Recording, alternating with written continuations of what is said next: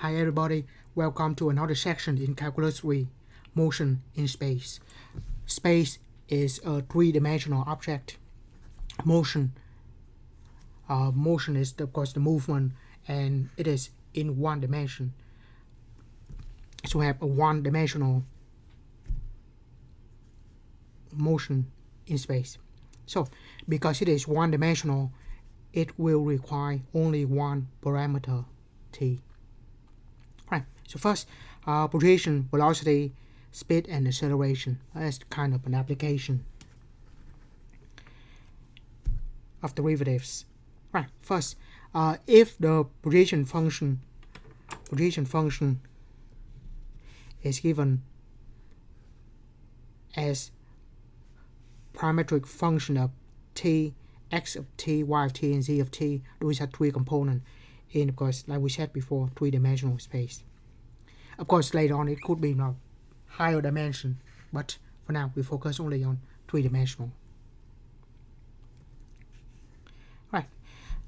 So position is the function, then the velocity is the derivative. This would be the bone phase,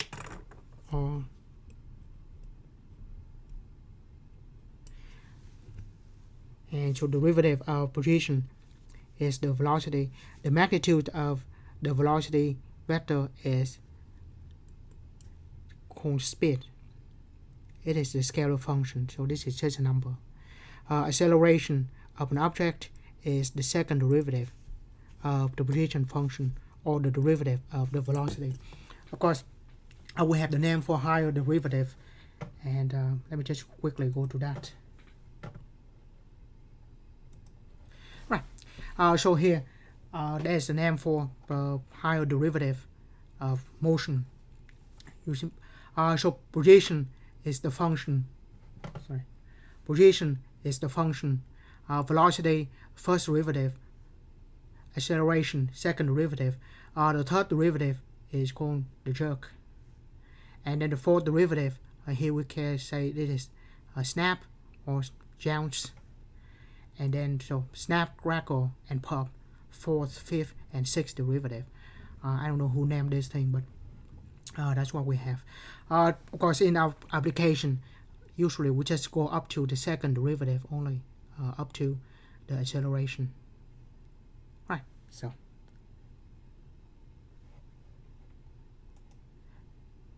of course, I just search for the fourth, fifth, and sixth derivative. It's in Wikipedia. Right. Oh, let me turn that up. Right. Now back to our section. Alright, so once again, position, the function, velocity, first derivative. The magnitude of that is the speed. Acceleration is the second derivative. Right. Now let's look at the first example. Consider the two-dimensional motion given by this. So only two-dimensional motion. You have x as a function of t and y as a function of t. I should say the motion in two-dimensional space. This is a more precise way to do that, because the motion, it just go in one directional object, because this is a function of t. Right. So how do we sketch this? Right. So first, the position function is this. So x equal to 3 cosine t and y equal to 3 sine t. Of course, we did this many times. X equal to 3 cosine t, y equal to 3 sine t. Usually, if we have cosine and sine, we will solve for it. So cosine of t is x divided by 3, and sine of t is y over 3. Square both sides. I'm just going to write 3 square.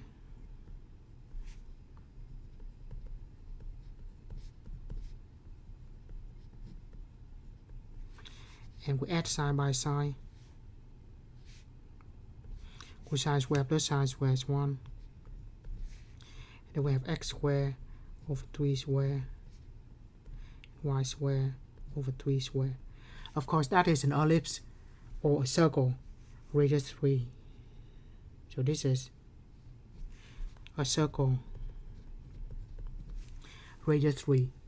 So 3 on the x, 3 and negative 3 on the x-axis. Those are the x-intercept, negative 3 and 3 the y-intercept.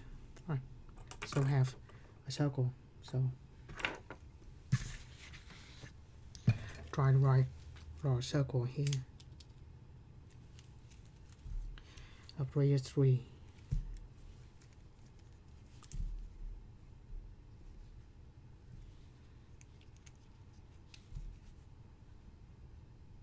That will do.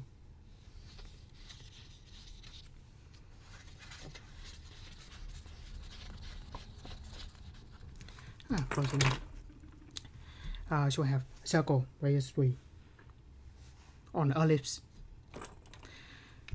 Circle is a special case of ellipse. Right. So that sketch the trajectory of an object. Of course, this is just a circle, but the trajectory, of course, of course, it will be like this. Worry about that in the next part of the last part of the question. Right. Next, I'll find the velocity and the speed of an object. So velocity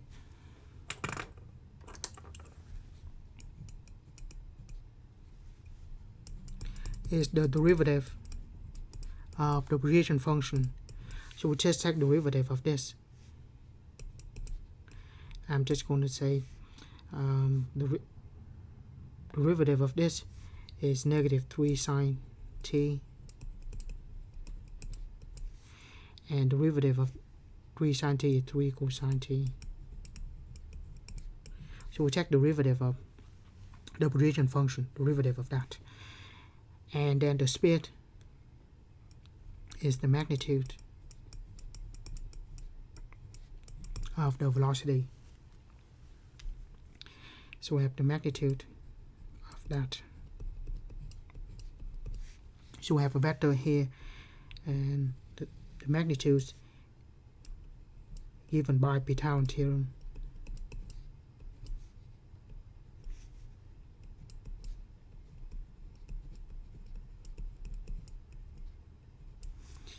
And that gives us square root of 3 sine 9 sine square. I should have more space here. 9 cosine square. And that gives us square root of 9. Cosine square plus sine square is 1. So we just have square root of 9. So it's 3. So the speed is constant 3. Next, find the acceleration of the object. I write different colors here for a reason. So acceleration is the derivative of the velocity vector, or the second derivative of the position function. Second derivative. Or we just take the derivative of this. Derivative of sine is cosine.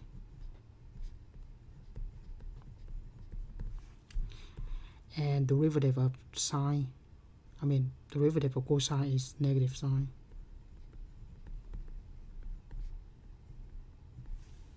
So that is the acceleration vector. Alright, next, sketch the position, velocity, and acceleration at this point. We might not do all the points, but let's just do a few. Right, so now, let's do t equal to 0. So at t equal to 0. When t equal to 0, the position vector, so I'll use this for the position vector at 0. Position function is that. So just put 0 in for t and 0 in for t. 3 cosine of 0 and 3 sine of 0. Cosine of 0 is 1, sine of 0 is 0. So here we have 3, comma 0. Next, velocity vector, this.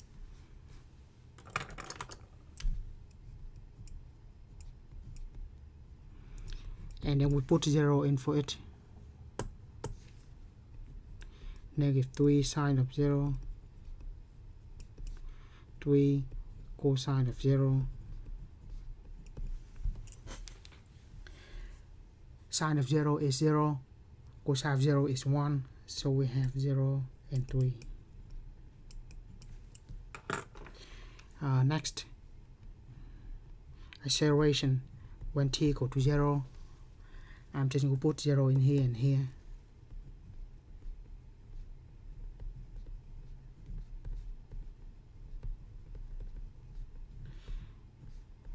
And cosine of 0 is 1, so we have negative 3, 1, and then sine of 0 is 0. Right. Now just plot. So when t equal to 0, we have the vector 3 and 0. So pretty much at t equal to 0, we have this point. Of course, we can given by the vector, the point or the vector are equivalent. So t equal to 0, we have that.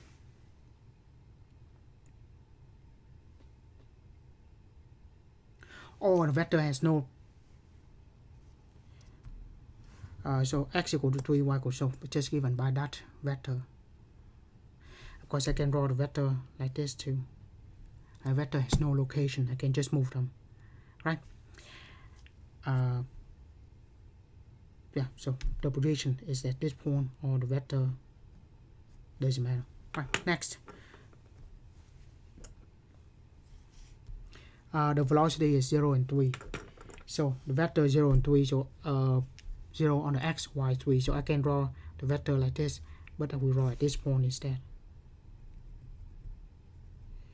So at this point, velocity point up like that, which of course even the motion of the object.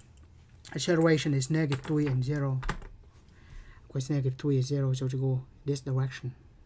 So negative 3 and 0. But if you go from the point, so acceleration is that. Again, vector has no location, so you can move them freely, but look like the acceleration and the position for vector point in opposite direction. So of course we can do this for many of this example, but I think we just do for 0. Now try another one. T equal to 1/2. I mean pi over 2. At t equal to pi over 2, or pi over 2, I put pi over 2 in for t for the position function here. So 3 cosine of pi over 2, 3 sine of pi over 2. Cosine pi over 2 is 0, sine pi over 2 is 1. So we have 0 and 1, 0 and 1, but times 3, so 0 and 3. Velocity at pi over 2. So pi over 2, pi over 2.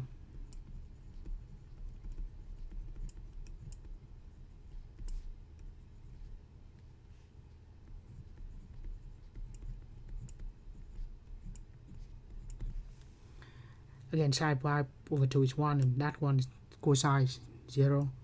So 0, and we have negative 3, comma 0. Acceleration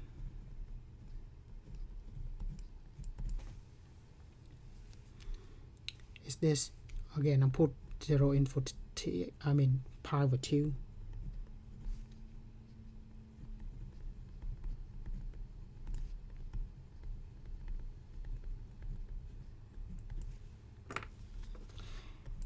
And that is 0 and that is 1, so 0 and negative 3. Right. So the position is 0 and 3. So when we are at this point, we can draw the vector in that direction. We want to. Velocity is negative 3 and 0. So negative 3 and 0. But let's move the vector here. So that is the velocity vector. Of course, it will go along the motion. And then acceleration 0 and negative 3. So it's point down here.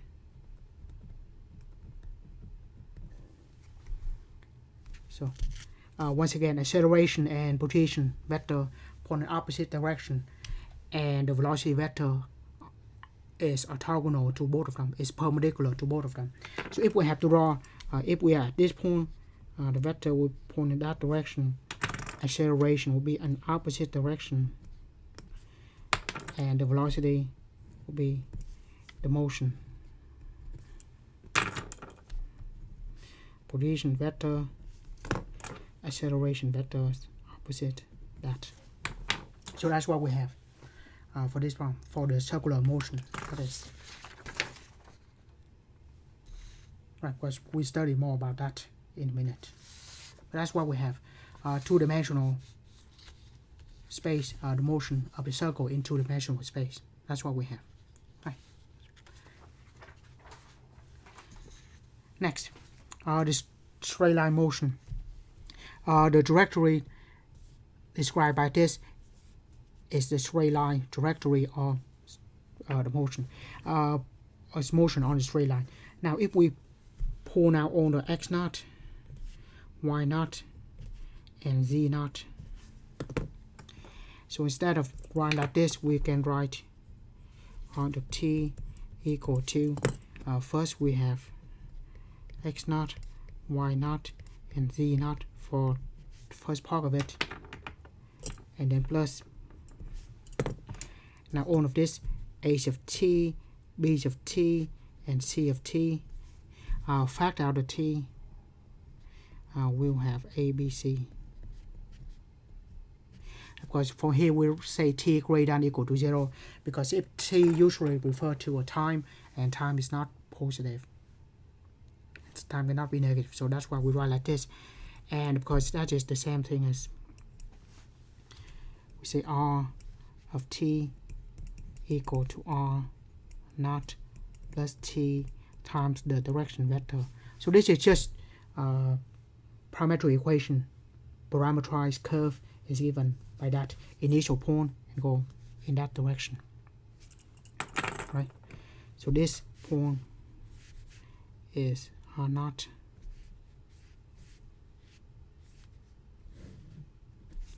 and this is the direction given by this vector. So there's nothing new here. That is just a parametric equation of a line, or parameterization of a line. Alright, so from here, if we take the derivative of this with respect to t, we just have a, b, c. So the vector velocity vector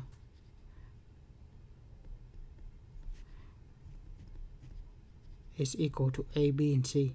It is independent of t, so I don't even write t here. And then if we take the derivative of that, it's going to be 0.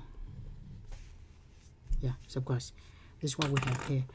Velocity is a constant, and acceleration is a 0 vector, which is this.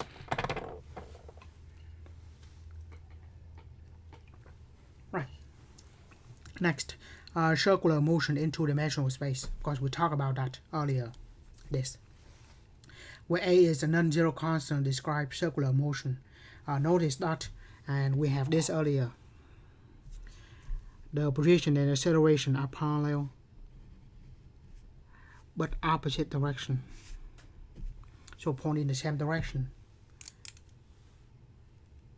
but on the opposite direction. Right, so that's what we have. And furthermore, velocity is perpendicular to the position function, and the velocity is orthogonal or perpendicular to acceleration as well. So we say the position and acceleration vector are both orthogonal to the velocity vector at any given point.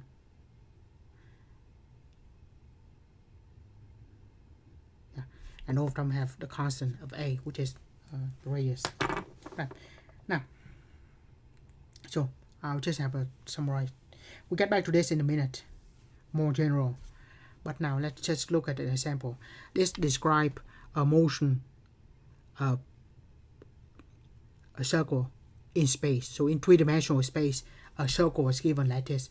Notice that this is a circle. So we can talk about this circle of a circle. It's not on the xy plane or the circle in any plane like this. It is a circle because it has only one dimensional for the parameters, only one parameters. So it is one-dimensional object. We talk about the circle. The sphere, though, if we're talking about the whole sphere, this is a two-dimensional object. If we want to go the whole surface of the sphere, we need two directions, front and back, left and right. So in that case, we can navigate the Earth. Let's say if we just pick one direction and we just go one direction, keep going forever, eventually we get back to the same point. Assume that the Earth is it's not perfectly a sphere, but very close to a sphere. The reason the Earth is not a sphere is because the Earth rotating.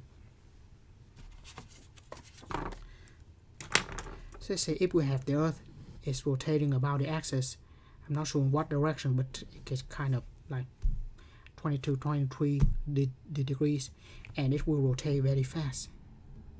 And if it rotates very fast, it's just like a washing machine, right? The stuff try to fly in that direction. So if the Earth rotates in this for a long time, of course we know it is for a long time, the equator is a little longer than the distance between the pole. So it is a little more on the equator because it's supposed to fly in that direction. Even though the Earth is solid, but still have a little bit of that. Right. Once again, if we just go in one direction, we get back, we travel on the sphere, but still in a circular motion. So an example of that is this. Now, show that this object move on the sphere and find the radius of the sphere. It is part of the sphere, but it is also just a circle. Right, so how do we write that? By the way, a sphere is, what is the equation of the sphere? X squared plus y squared plus z squared equal to the radius squared. I try to avoid to write R for the radius, so let's say it's a capital R. Right, so that is the equation of a sphere. So we need x squared, y squared, and z squared. So in this case, x, y, z. So we just do that. So what is x squared plus y squared plus z squared? X squared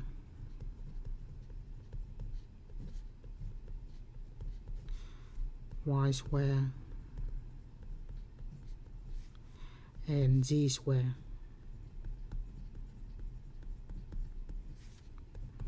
That gives us 9 cosine square, 25 sine square,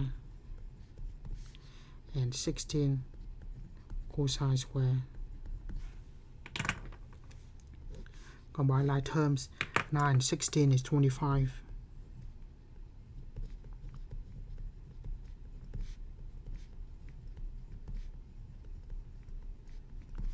Factor out sine.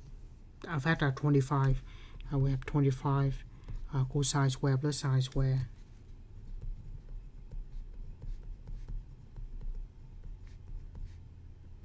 which is sine square plus sine square is 1, so that equal to 25. So we have the equation of x squared plus y squared plus z squared equal to 25. Better yet, write 5 square.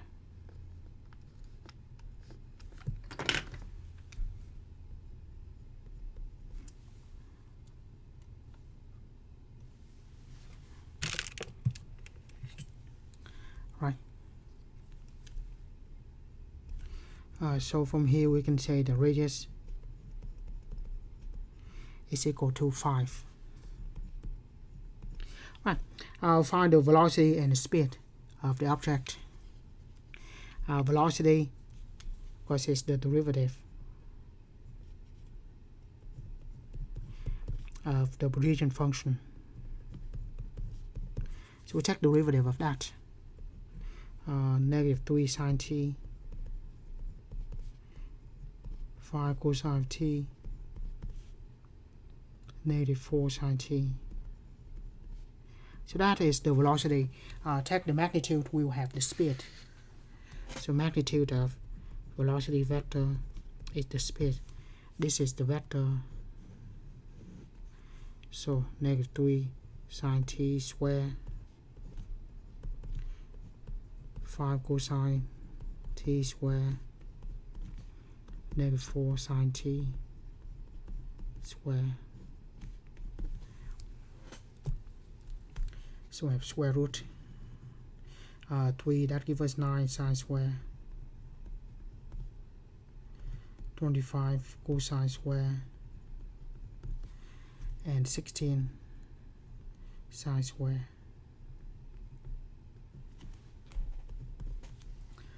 So that gives us 9 sine square and 16, so that's 25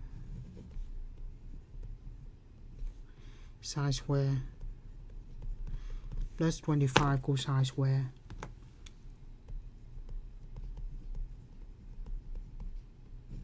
Sine square cosine square once again is 1, so factor out 25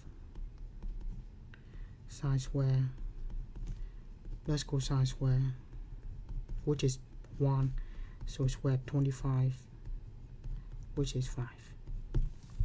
So the speed is constant, equal to 5.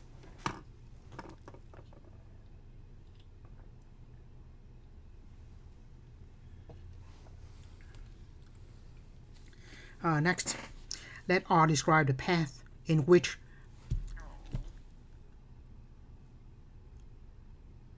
the magnitude of R is constant.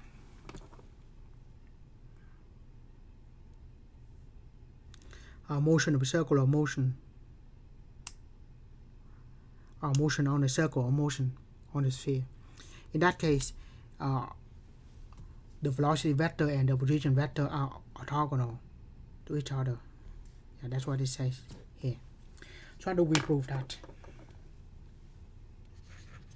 Once again, if the magnitude of the position function is a constant, obviously if we have like a circle or a sphere, then that's always the case, right? The magnitude of R is a constant, in which case we have this. Right, how do we prove that? So remember, we start with R is a constant. Right. So where we start with the proof is let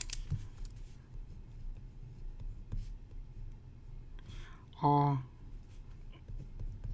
is a function of x, y, and z of t be such that magnitudes of R of t is a constant.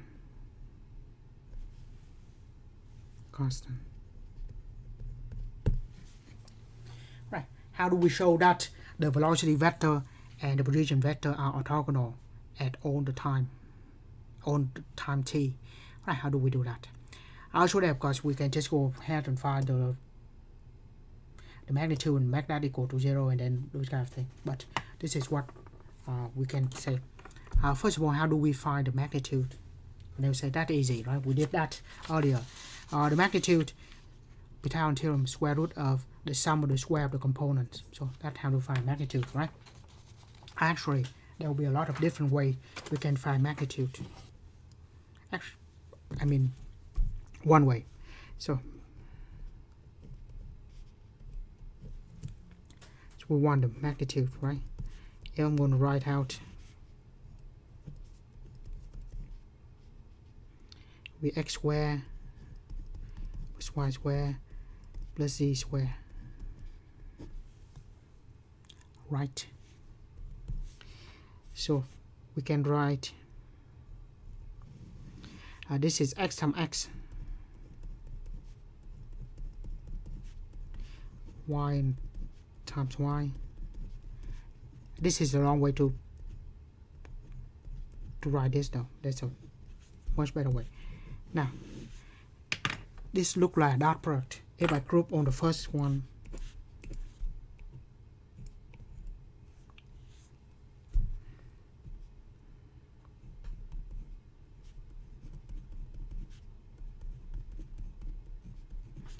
and group on of the second components,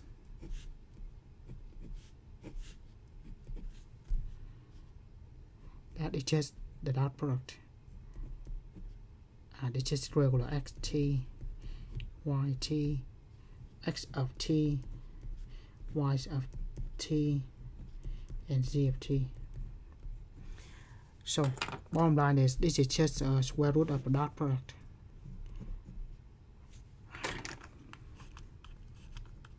Square root of dot product of rt dot itself. Oh, but we don't have to go through all this trouble. We can just say this. What happens if we have the magnitude, but not magnitude, I'm talking about what is the dot product by itself.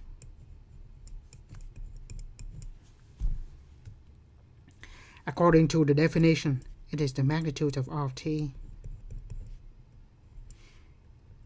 times the magnitude of r of t,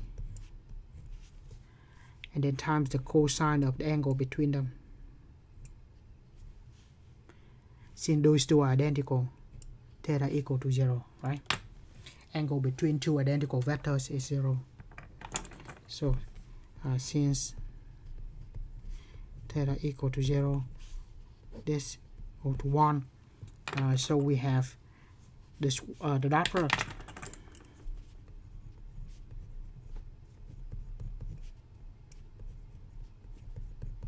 is equal to the magnitude square. And take the square root on both sides. We have exactly that.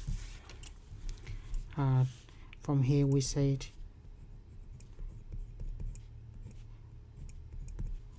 magnitude of a vector is just square root of the dot product to itself.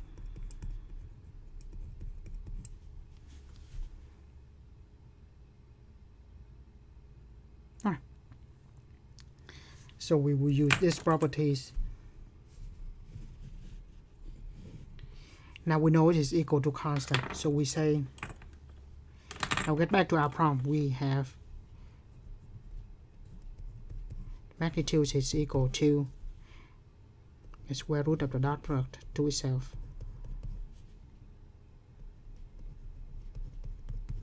And this is supposed to equal to constant. Now, if at all constant, why don't we square both sides? Square both sides, we have r of t dot r of t constant square. Constant square is still a constant though.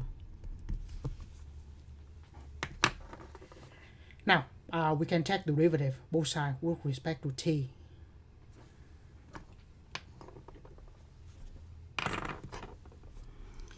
So from here we take derivative with respect to t.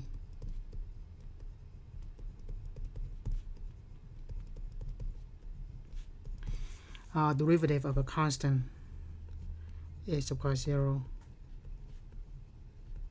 Yeah, a square is still a constant, so that's why I just write constant. Now, derivative of this given by the product rule, r prime t dot r of t plus r of t dot r prime of t. Derivative of constant is 0. So that's why it's like that. By the way, the dot product is commutative. So derivative and the function derivative, those are the same thing. So we say 2 r of t dot r prime of t equal to 0. Divided by 2 on both sides, we have that. And derivative of v, derivative of r is v. So divide by 2 on both sides, we say r of t dot v of t equal to 0. So this shows that if we have the magnitude position function equal to constant, so kind of travel in a circular path. In that case, the velocity vector and the position vector are orthogonal to each other.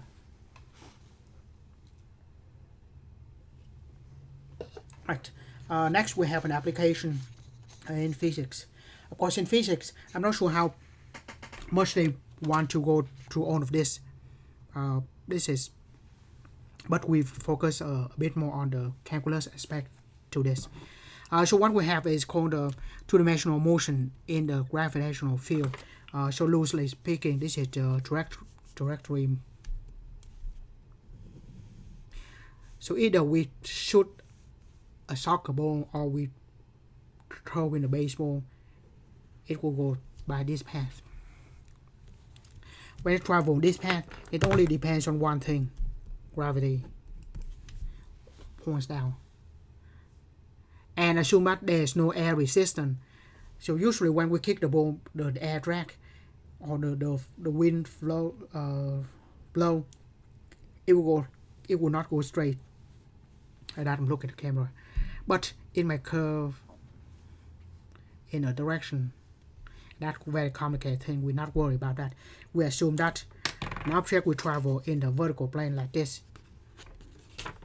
Yeah, so it will be in that motion, but it will be straight in a vertical plane to the ground like this. So it will go in that direction and not left and right. So the wind will not blow either way. Right. In that case, the only thing that affects the position of the object is gravity.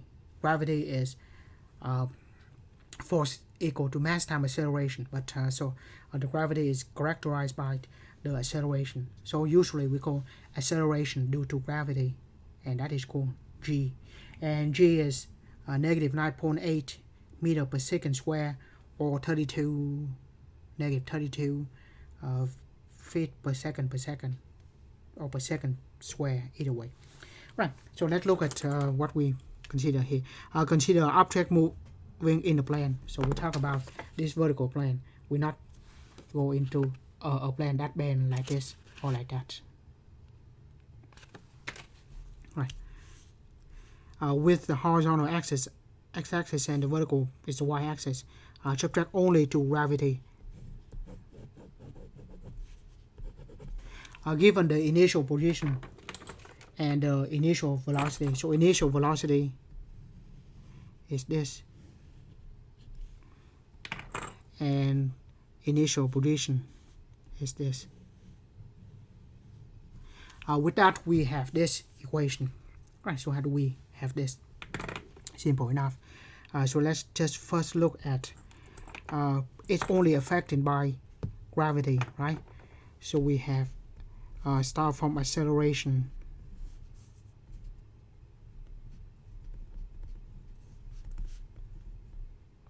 Again, this only have two components, x and y. So x is horizontal and y is vertical. So acceleration, nothing acting on the x-axis, but we have negative g on the y-axis because it's negative, so it points down, and we call that constant g. G is 9.8 meter per second square. Equivalently, I think it's 32 feet per second square as well. So that's what we have, acceleration. Now if we have acceleration, integrate, we should have the velocity, right? So from here we say the velocity is equal to integral.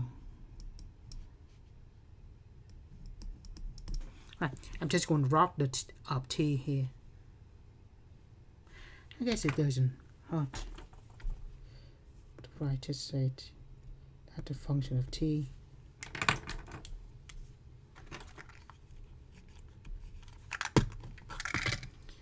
so velocity as a function of t equal to acceleration function of t, and integrate. So integrate is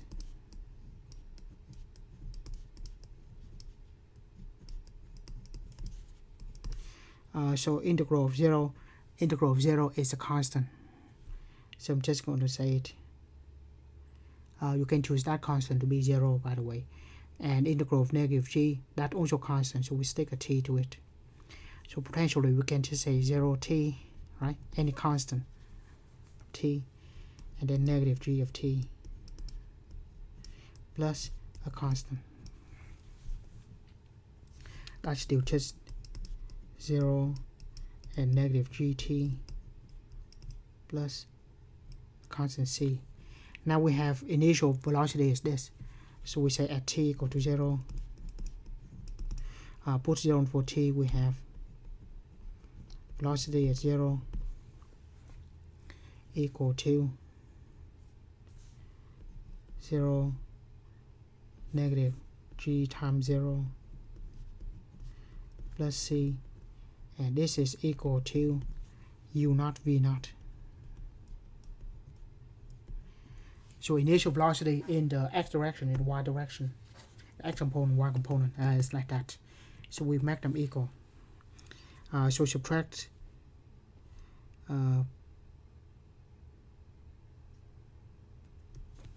so that's just 0 and 0 because g times 0 is still 0. So we have 0 and 0 plus c equal to u naught v naught. So 0 plus anything is 0, so we just have c equal to u naught and v naught. I will substitute this back into this. So we have v of t equal to 0 negative gt,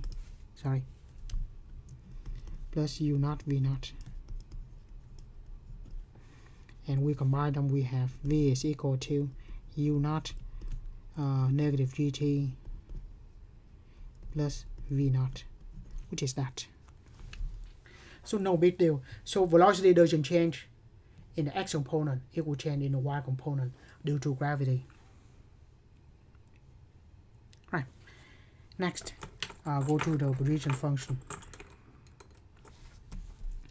Position function is equal to this. Now if we have the velocity is this much,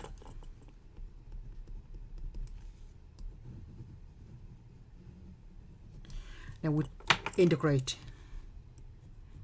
get back to the function by integrate the velocity vector. So I just derived the formula pretty much. U naught, let's just write that first.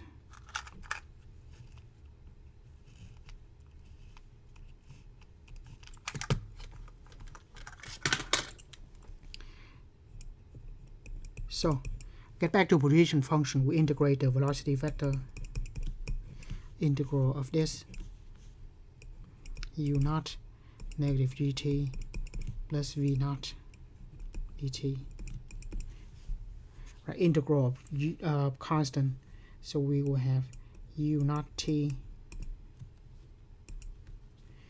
integral of this is negative g t squared over 2, and v naught t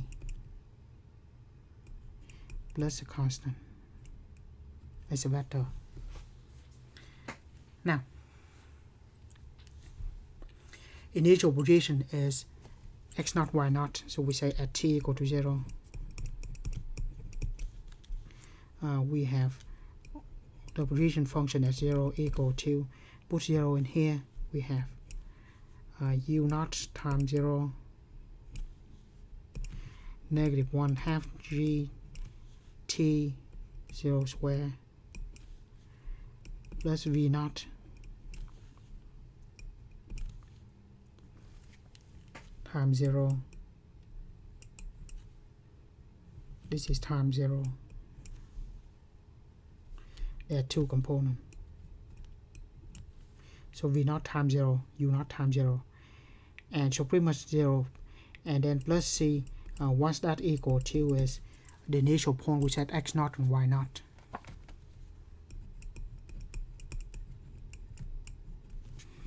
So that's 0, that's 0. So c is equal to x naught and y naught.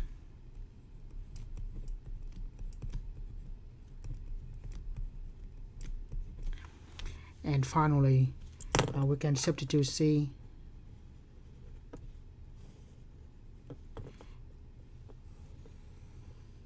back into this C. So we can say the position function is equal to u naught t plus x naught.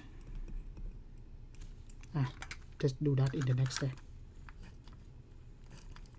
Even we have no space left for the next step.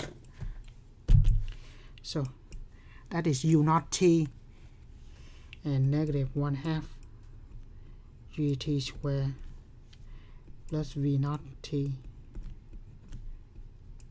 and then the constant is x naught y naught. And then, because when we add the components, finally, we get back to this. So, the position function given by this. So we start from acceleration, integrate, get us the velocity, integrate one more time, give us the position function. Okay, so that's nice and all, but in practical, sometimes we don't use these formulas. Sometimes we use something a little more practical. So I'm talking about something, let's say a golf swing or the baseball swing, for example. If you swing the baseball as fast as you can, because there's some certain level, because you can measure the speed of the bat. So what we can control is, for example, I cannot tell you, why don't we hit the velocity with like 100 miles per hour straight and then 20 miles per hour up. And of course, then we say, how do we do that? Because that would be kind of difficult thing. But instead, I would say, why don't we hit the baseball at, let's say, 100 miles per hour, and let's try to launch that as a perfect. That perfect would be 45 degrees if you want the maximum distance. We'll talk about that in a minute. But let's say, if we want some certain distance, why don't we just hit that as fast as we can and try to hit the ball where we have launched the ball at 30 degrees, something like that. So we can control the speed, the magnitude of the velocity, and we can control the angle, or we call the launch angle. For all, this is one example. Another one is if we have a cannon.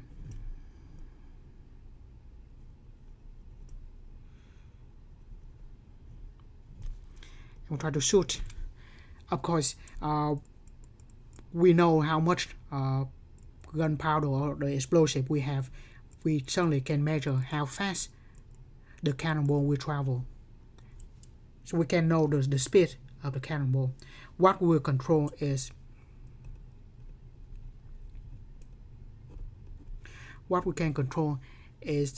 the angle. And with control the angle, we can control how far the cannonball will travel. Right? So, like I said, usually the initial velocity is not in the x and y component. It is either in the speed and the launch angle instead of the x and y component. So that's what we have the next exercise. Right. Suppose an object traveling over horizontal ground. Once again, to make things simple, just talk about we shoot an object from the ground and it go up and down and get back on the same level. We do not shoot a cannon from the edge of a cliff. So in that case, it will go differently. We talk about everything on a level ground. Right. Try raw motion. This is the ground, and which object will travel like that. It is in the parabola, right? Because this equation here is a quadratic equation. Therefore, the trajectory is a parabola. That is, if it is only affected by the gravity. Of course, if we shoot a cannonball, it's going to be different than you launch a baseball because of the air. It's not because of the weight of the object, which is irrelevant in this case. The only thing is because of the air rack, more surface area, and then of course the air resistance, that will affect it. But if we ignore all the friction with the air, and we the object only affected by gravitational force. That's what I said here. Only thing that matters, that changes, is gravity. And the initial position is 0, 0. So we shoot from the ground, and we start from that point, x naught, y naught, from the origin, and then travel. Initial velocity is given by the speed, absolute values of v times cosine and sine, because that gives us the two components. So pretty much we have the speed and then the long angle. So we have the magnitudes here is going to be that one. So that is called the speed.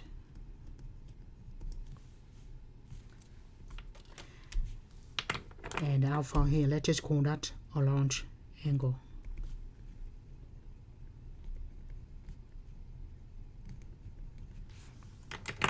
Right.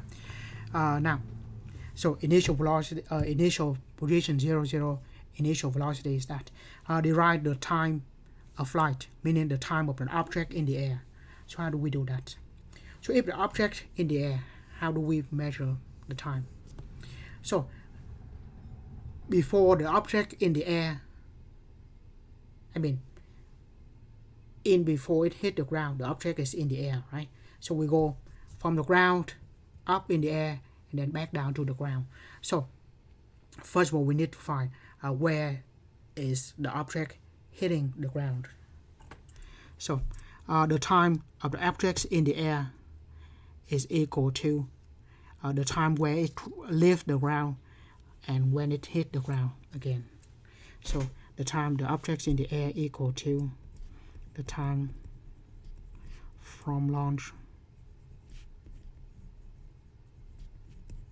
which is here,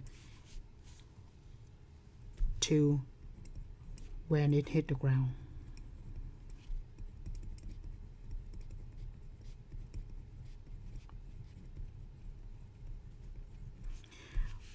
Either when we launch or when it hit the ground, y equal to 0. Right? When the ball is launched and when hit the ground, it is on the horizontal surface and not from an edge of the cliff. So that's why both of them equal to 0. Right? So launch and on the ground, y equal to 0. Y equal to 0, we will let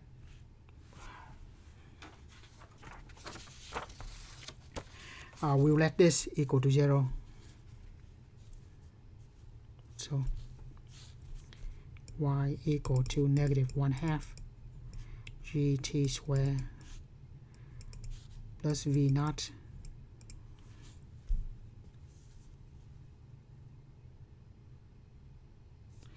I have to change this a little bit.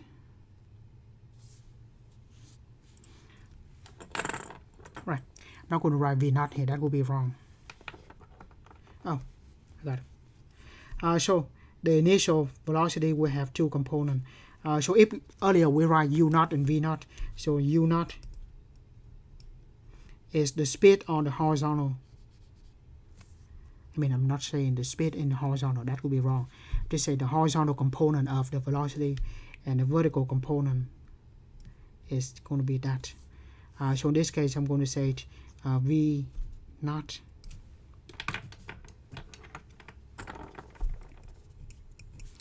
sine alpha, which is initial velocity in the y component. So that pretty much the v naught here is equal to that, equal to this. So yeah, in the initial velocity, instead of this form, we can say, better write it here, initial velocity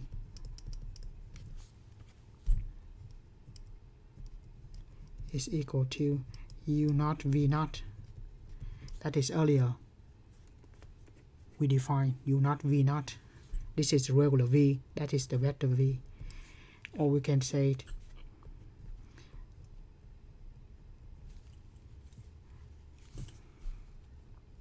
the speed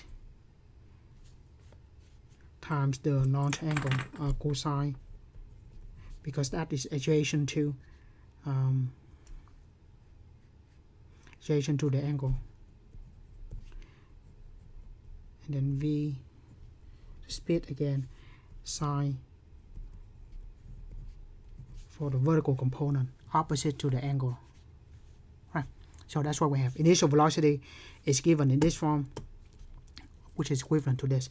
So when we write in this form, u naught here is going to be v naught cosine theta alpha, and v naught is going to be magnitude of v naught sine theta. Right. So at the ground level, y equal to 0, so we're going to let this equal to 0. Right. Usually I write the two dots with the equal, meaning that we're going to make this equal to 0, not when it's equal to 0, we make it equal to 0. Right. Of course, we haven't finished the equation. It's not equal to 0 yet. Sorry.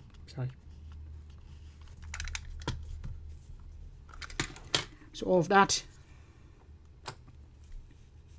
is the v naught here. Then we still have t, and then we have y naught, and then we can make it equal to 0. Right. Not only that, x naught and y naught equal to 0, so that is equal to 0. So we just have this. So we will solve for t negative 1/2 gt squared plus v magnitude of v naught sine alpha times t equal to 0. Factor out the t. We have negative 1/2 gt plus v naught sine alpha equal to 0. Right? Because that equal to 0, both of them have t, easily just factor it out. So two things times together equal to 0, meaning t equal to 0, or that equal to 0.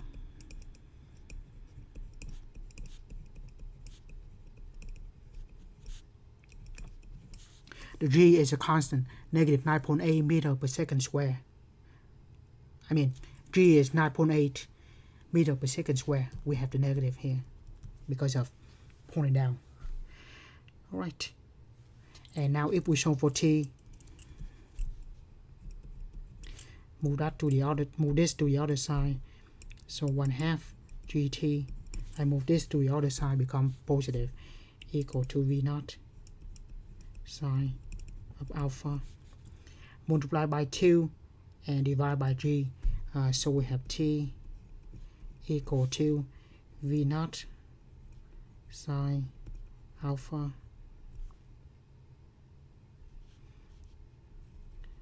as multiply by 2 on top and divide by g at the bottom. So that is the time where the ball hit the ground, and of course t equal to 0 is where it's launched. So we have, this is t equal to 0 is where it's launched, and here is where it hit the ground,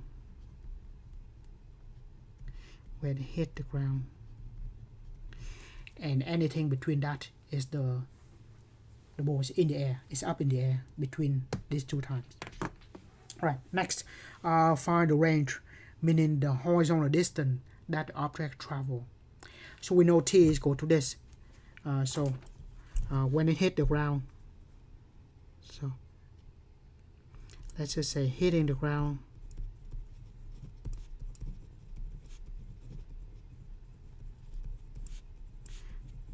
at t equal to that.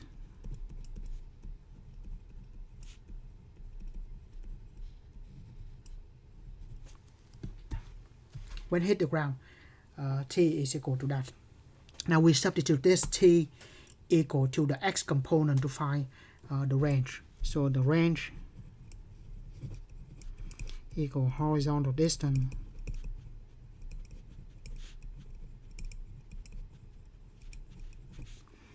is equal to the x component which is going to be this u naught t plus x naught.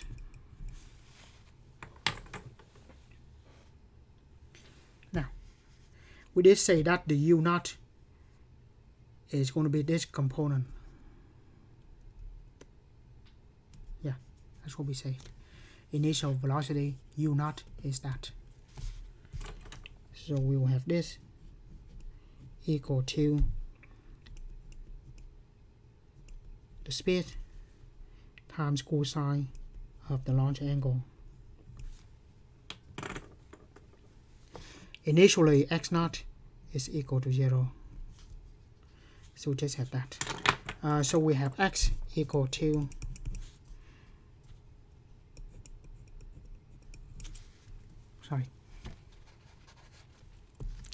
So I have x equal to u naught is equal to this, and the time when hit the ground is this.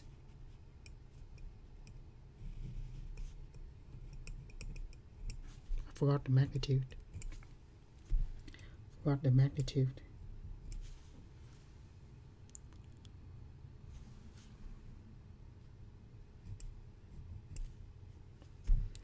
Sorry.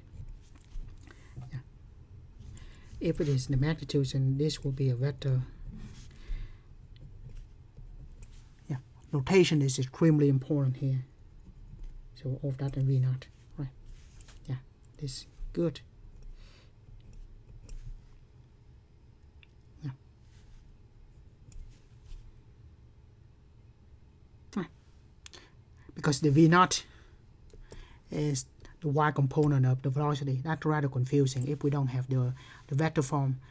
In this case, we have the magnitudes of the vector. Then sine alpha. Sorry, I forgot the magnitude earlier.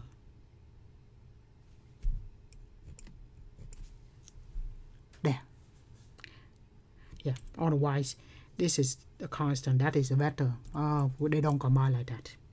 So please, back and put that back in. Right, over g. Right, now we have v naught and v naught. Let's just say it. We have two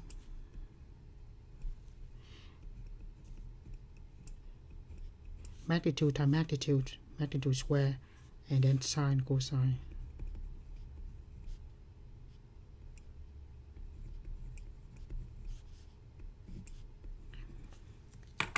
Now that we have the 2 and the sine and cosine, does that look familiar? Well, that's the double angle of sine.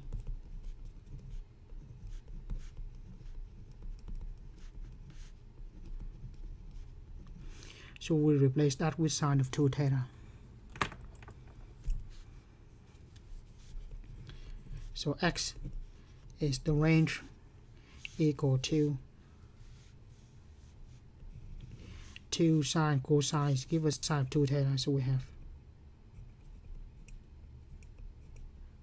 the speed square sine of 2 times the launch angle divided by g. So this is the range.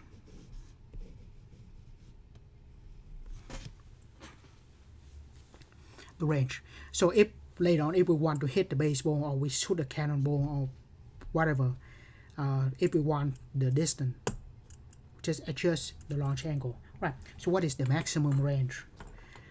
If we write like that, this function is maximum when the sine equal to 1, right? So we say maximum range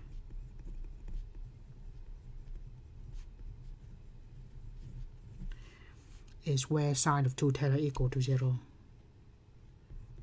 is at sine of 2 theta, sine 2 alpha equal to 0. Why is that?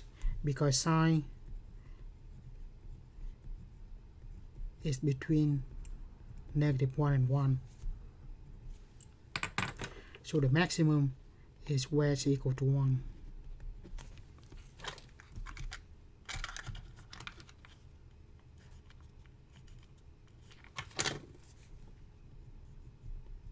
Yeah. Sine is less than or equal to 1, so the maximum when it equal to 1. So that gives us the maximum range. Sine equal to 1, meaning that the angle must be 90 degrees or 90 degrees. Or we go extra revolution. So in this case we have 2 alpha equal to 90 degrees, or alpha is equal to 45 degrees. So whether we hit the baseball or shoot the cannonball, hit the golf ball, if we want the maximum range, we'll travel the most distance is 45 degrees. Or we want to throw the football as far as we can, aim at 45 degrees. Right, so we have the time the ball travel, the maximum range. Now we say what is the maximum height. So let's just look at this trajectory things. When it hit the ground, that is the range. And I did say that this is the parabola, right? The trajectory is the parabola. Assume there's no air resistance to the object. Now if there's no air resistance, just go up and come down in the perfect parabola shape. That is the case where it reach the maximum point, it's going to be halfway, right? Because this is a parabola, so perfectly symmetric. We have to have the midpoint, and at the midpoint we have the maximum height. So that's one way to do it. Another way is to think about this is at the maximum height, the vertical component of the velocity equal to 0. Think about that. When we throw something go up and then it goes down because of gravity, when it hit the apex, when it is at the highest point, it is neither moving up or moving down, right? So there must be a point where at the top there's not moving at all, because it's not either moving up, neither move up or move down. There is the point where it's neither up or down, or velocity at 0. I'm talking about the vertical component of the velocity. The horizontal component, where travel like this, the horizontal is constant because there's no acceleration on the horizontal component. The only acceleration is gravity pulling down. So horizontally, the speed is, or the velocity is constant. The velocity only change due to gravity. So the velocity on the y component, on the vertical component will change. Horizontal component of velocity will not change because there's no acceleration horizontally. Right. So at the maximum height, this is where an object is at the point where it is neither moving up or going down. So at the maximum height, the y component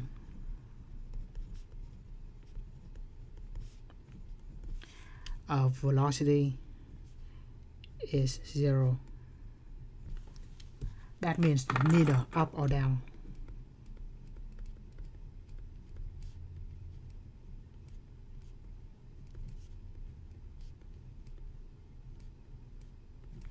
So kind of stationary at that point. Right, so the velocity, what is the velocity? Right, here. That equal to 0. The y component of the velocity equal to 0. So that equal to 0. So what we have here is the y component of the velocity, or we can say the velocity 2. That is the second component of v, but that's rather confusing, so we're not going to say that. We just say this is equal to 0, meaning that negative gt plus v naught equal to 0. V naught, initial velocity in the y component, is equal to that.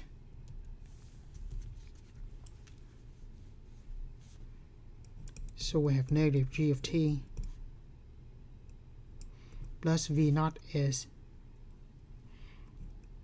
the speed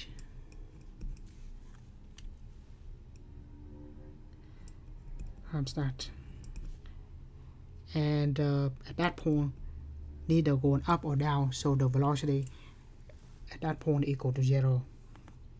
So we can show for t. Move this on the other side.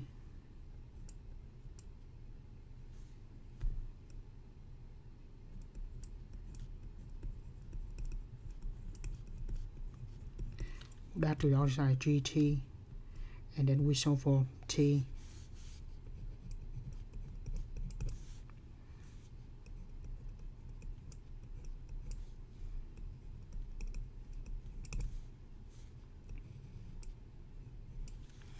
So that is where the object is at the maximum height, is the time equal to this. And then the question asks us what is the maximum height. We will substitute this back into the y component. And then we have y equal to negative 1/2 gt squared. I'm just going to copy this, plus v naught sine alpha magnitude times t. We substitute t equal this into those. So the maximum height, we just say the maximum height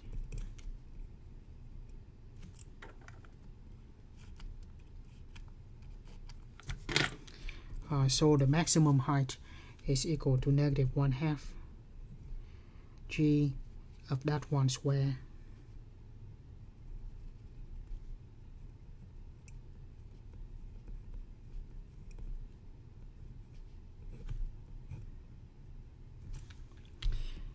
plus, I forgot the magnitude again, t is that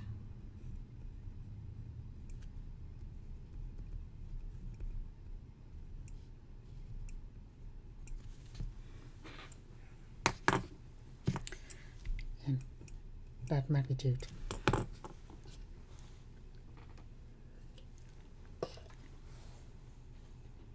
Right.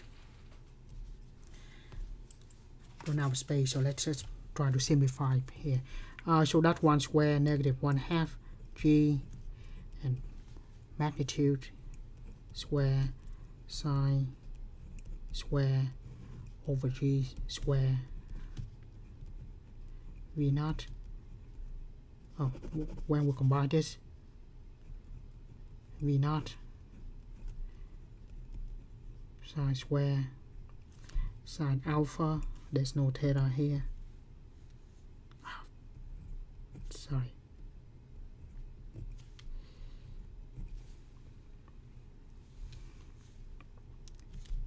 alpha, so v naught square sine square over g, one of the g cancel out, so actually we have minus, it's only one bar, v naught square sine square over g plus the 2 at the bottom, v naught square sine square g. So actually those two are the same except for the 2. So when we subtract,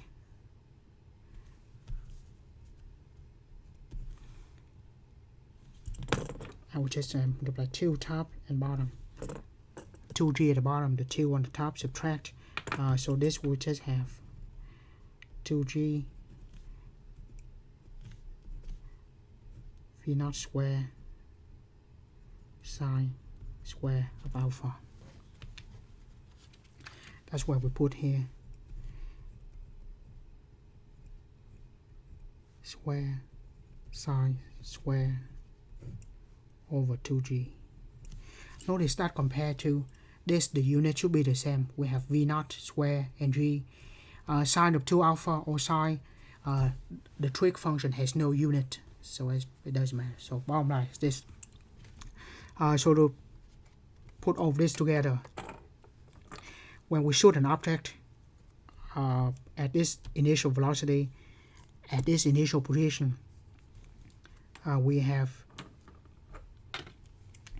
the time of flight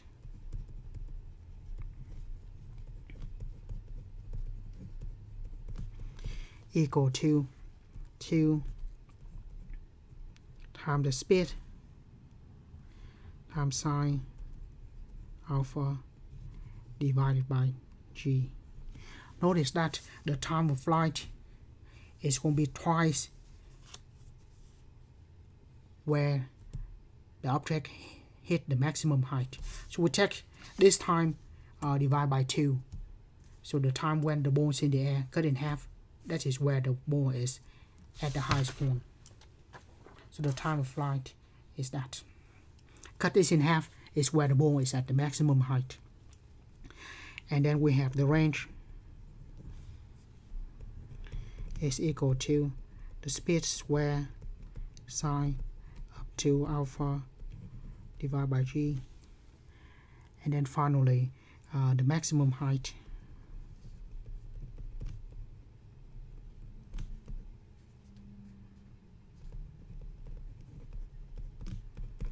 equal to that, the speed square sine square divided by g. Yeah, those two are very similar, kind of, except it's not similar at all because I forgot the 2 at the bottom. Sorry, 2g at the bottom. Right, so that's what we have. I said none of this is calculus at all. It is just work with the vector x component, y component, and then the physics of it is horizontally the velocity is constant, nothing affecting it. Vertically, the velocity starts from 0. Actually, the velocity does not start from 0. It starts from something, and then it goes up. When at the top, velocity is equal to 0. Because it is neither up or down, and then when it hits the ground, it will be at the same velocity at initially released. Assume there's no air resistance.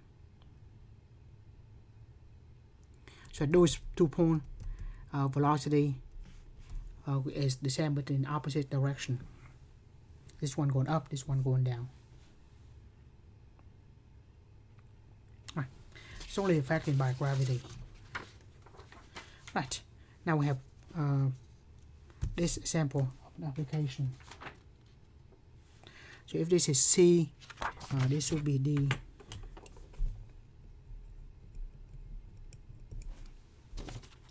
Right, a golf ball is driven down a horizontal fairway. Again, horizontal, everything on the same level. We're not hitting anything up a cliff. If we're hitting the ball off the cliff, it will be different.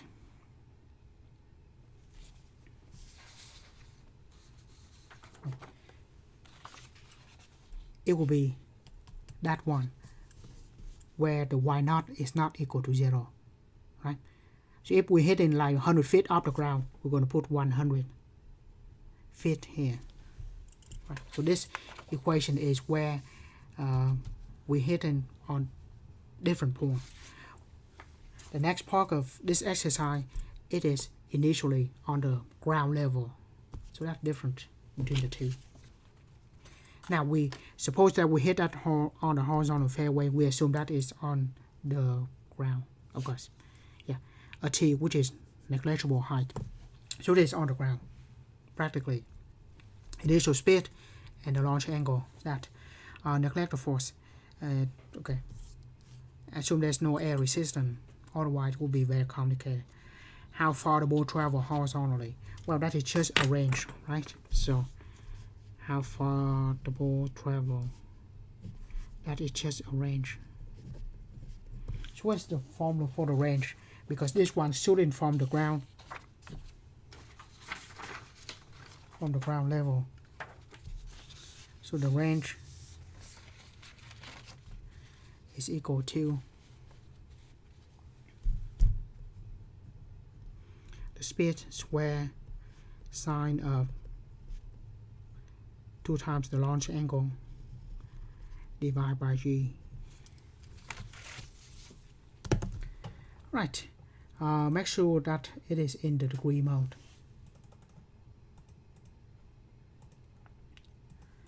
Right, V naught 55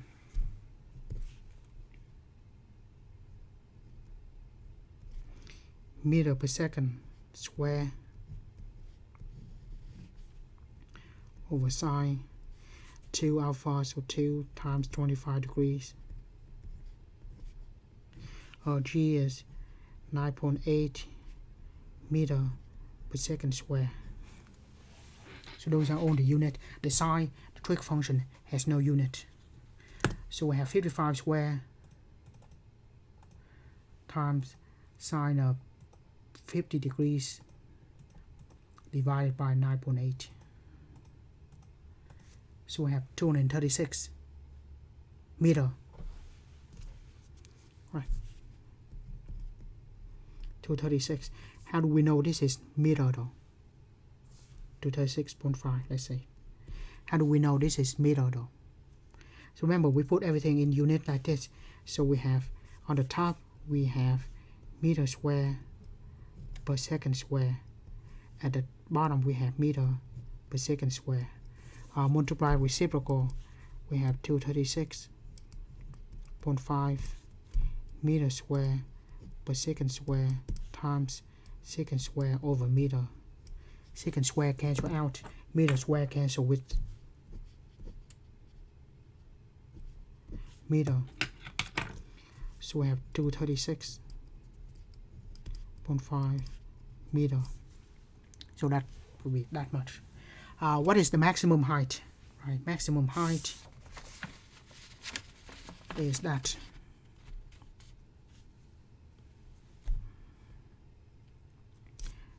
So maximum height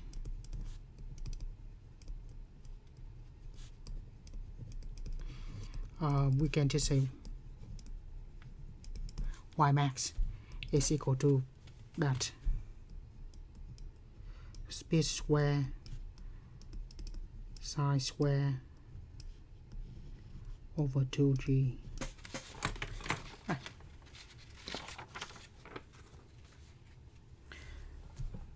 We can just put everything in fraction if we want to. Alpha y equal to, give us a fraction. Right. If your calculator cannot do that, just use the parentheses and divide them. Right, so I have fraction. Just write the number first.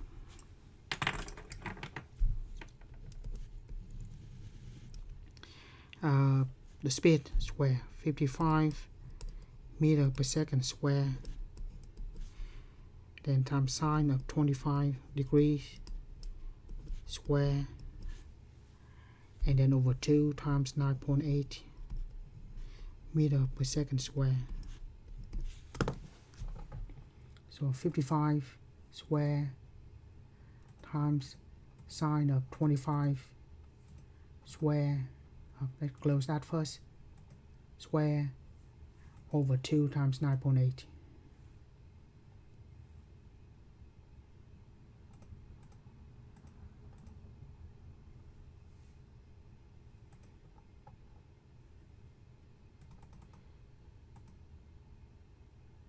We can just type like that. So 27.56.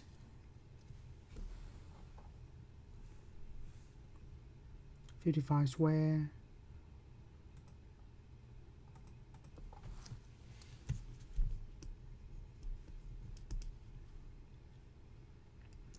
times 6.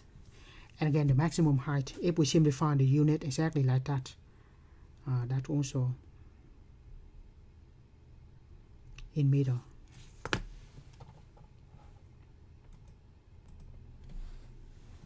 So that's what we have. However, we didn't find when it does it land, right? So for now, space there. But if we want to, we just find the time of flight. So let's just quickly. How does it land? When does it land? We're just going to use that. So I'm just going to do this quickly. 2 times the speed times sine of 25 degrees divided by 9.8. So this is about 4.74 seconds. So if we want to, we can find when does it land.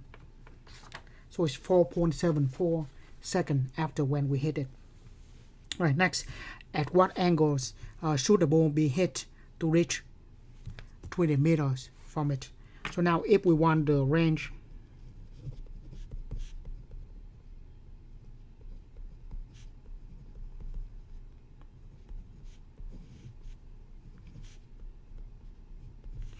if we make that equal to 300 meters, then we're going to show for alpha. So here we have 55 square. I actually move the g over. So v naught, the speed, square sine of 2 alpha equal to 300 g, and then divide by the v naught. So sine of 2 alpha. I'm not going to write any unit here, but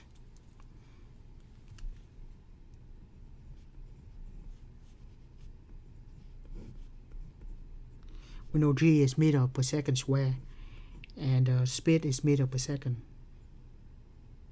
Cancel that out, we have no unit left, and that's 300 meters if I do that properly. Right, so that's just numbers here because sine has no unit, so we know those are just numbers. Don't forget the square here. Right, 300. Let's put a fraction. 300 times 9.8 divided by 55 square. Right about that.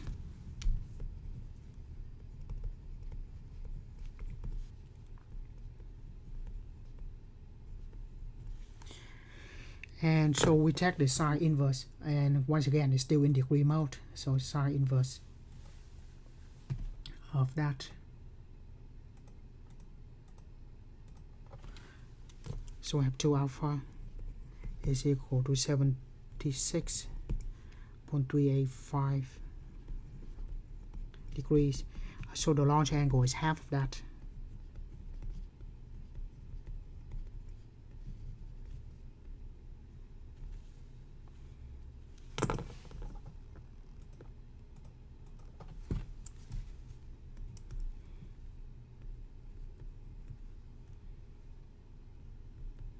Say that.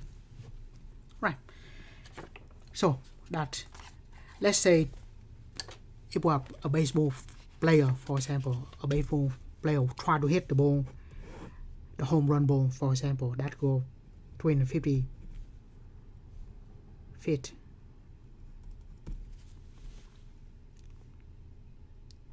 So first thing, all the analytic things, first let's make him swing. See how the fastest the speed of the bat. So and then with that we can compute what is the maximum speed a player can hit. Now with the maximum speed, and then we can figure out what is the minimum launch angle required for him to hit the ball out of the park. So of course the stronger player with the faster the speed of the bat, we have a lot more room in the launch angle to hit. So that's why we have usually more home run.